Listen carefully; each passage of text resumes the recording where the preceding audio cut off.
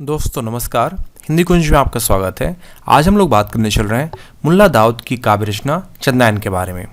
यदि आप हिंदी कुंज चैनल में पहली बार आए तो यूट्यूब पर हिंदी कुंज चैनल को सब्सक्राइब कर लें ताकि आपको हिंदी भाषा व साहित्य की उपयोगी जानकारी प्राप्त होती रहे।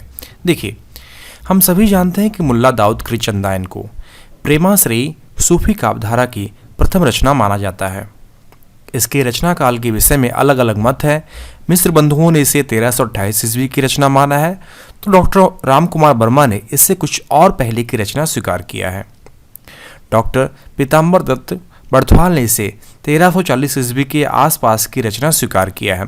कतिपय विद्वान इसे 1370 की ईस्वी की रचना मानते हैं। इसके अनेक पाठ उपलब्ध हैं। डॉक्टर माता प्रसाद गुप्त ने इस ग्रंथ का मूल नाम लोरकहा या लोर कथा स्वीकार किया है, किंतु इसकी प्रसिद्धि चंदायन नाम से ही है। डॉक्टर परमेश्वरी लाल गुप्त ने इसका पाठ चंदायन नाम से प्रस्तुत किया है। डॉक्टर माता प्रसाद गुप्त ने इसे अनेक दृष्टियों से इस ग्रंथ पर विचार करते हुए इसे भारतीय परंपरा का आख्यान प्रमाणित किया है।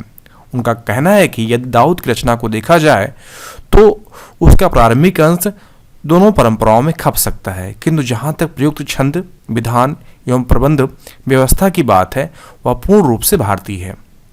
उसमें न तो फारसी मसनवी के छंद प्रयुक्त हुए हैं और न ही उसमें छंद विषयक एकरूपता है। उसकी काव्य रचना प्राकृत अपभ्रंश साहित्यों की परंपरा में कड़वकों में की गई है और प्रत्येक कड़वक चौपाई की 5 अर्धदालियों और एक दोहे या एक मिलते जुलते छंद का है। फलतः यह कहना है कि यह भारतीय काव्य परंपरा का कथा काव्य है। हम बात करते हैं चंदायन की भाषा शैली के बारे में। तो चंदायन रचना में नूरक और चंदा की प्रेम कहानी सजीव शैली में प्रस्तुत की गई है। यह मसनवी शैली का काव्य है और इसमें मार्मिकता के साथ साथ आध्यात्मिकता का भी प्रभाव सहज रूप से देखा जा सकता है।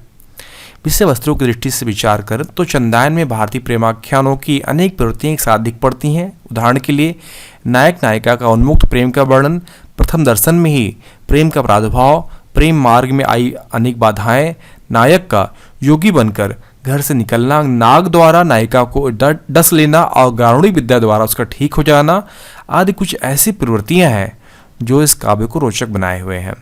भाषा की दृष्टि से विचार करें तो इस ग्रंथ की भाषा अवधी है और इसकी शैली भावानुकूल और सरस है।